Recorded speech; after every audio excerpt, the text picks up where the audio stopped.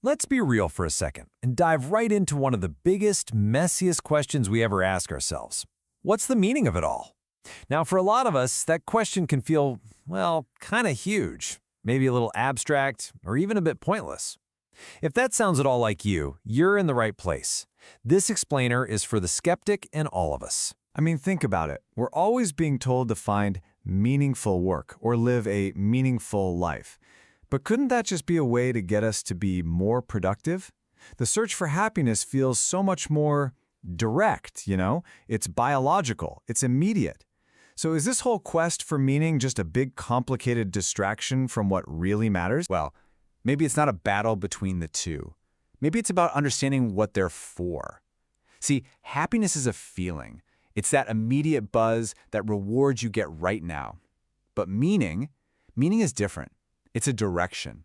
It's your compass. It's the why that keeps you putting one foot in front of the other when those happy feelings are nowhere to be found. To really get this difference, let's look at an extreme case. Let's talk about someone who had absolutely everything taken away, Viktor Frankl.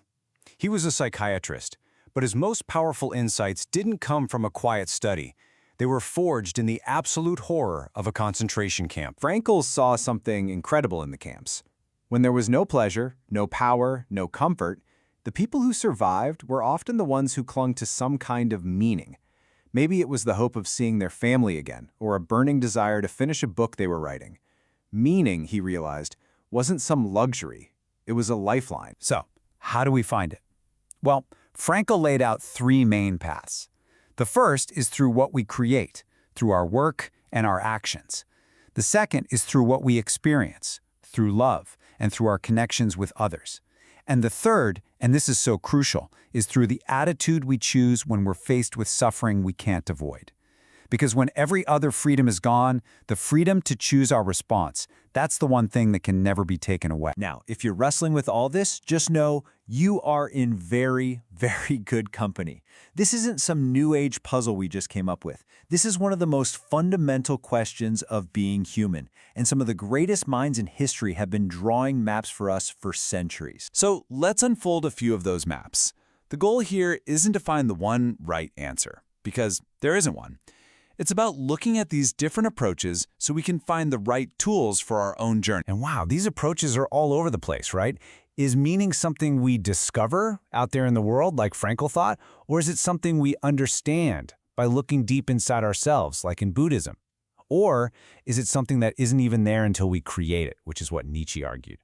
The real question isn't just what is meaning, it's where do you even begin to look? Let's zoom in on just one of these for a second. The Buddhist concept of Jue Cha, which basically means awareness. The idea here is really powerful. Meaning doesn't come from the suffering itself, it comes from understanding what's causing the suffering in the first place, usually our own attachments to things. Once you see that clearly, you gain freedom from it. The awareness is the path. Okay, so we've looked at maps that other people have drawn for us. But what if the most powerful map of all is the one you draw for yourself? This brings us to a really empowering idea, creating your own value.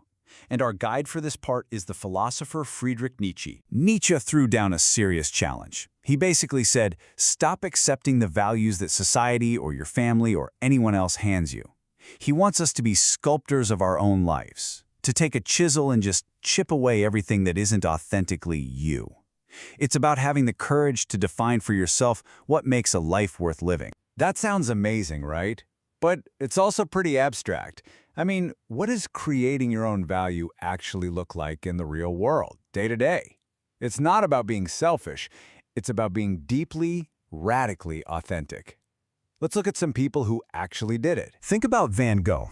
The world wanted pretty landscapes, but he valued painting his own intense, chaotic inner world more than he valued selling canvases. Or the writer San Mao, who rejected a traditional, stable life to forge her own meaning through travel and writing. Or even Haruki Murakami, who builds entire worlds not from grand social themes, but from his personal obsessions with things like loneliness, jazz music, and running. Each one of them said no to outside standards and defined value on their own terms. So after all these big ideas in different philosophies, it all comes back to this, doesn't it? It comes back to you. How do you take all these pieces and assemble your own personal map? How do you find your true north? Meaning is rarely one single shining star. It's more like a personal constellation, a unique pattern of things that light you up. For the author of our source material, for example, their constellation is made of three main things: sensory experience, cognitive creation, and human connection. And just look at how personal and, well, normal these are. We're not talking about saving the world here. We're talking about tangible things, a deep love for nature and travel, the sheer joy of learning something new and then sharing it, and the richness you find in a really good conversation, just listening to someone else's story.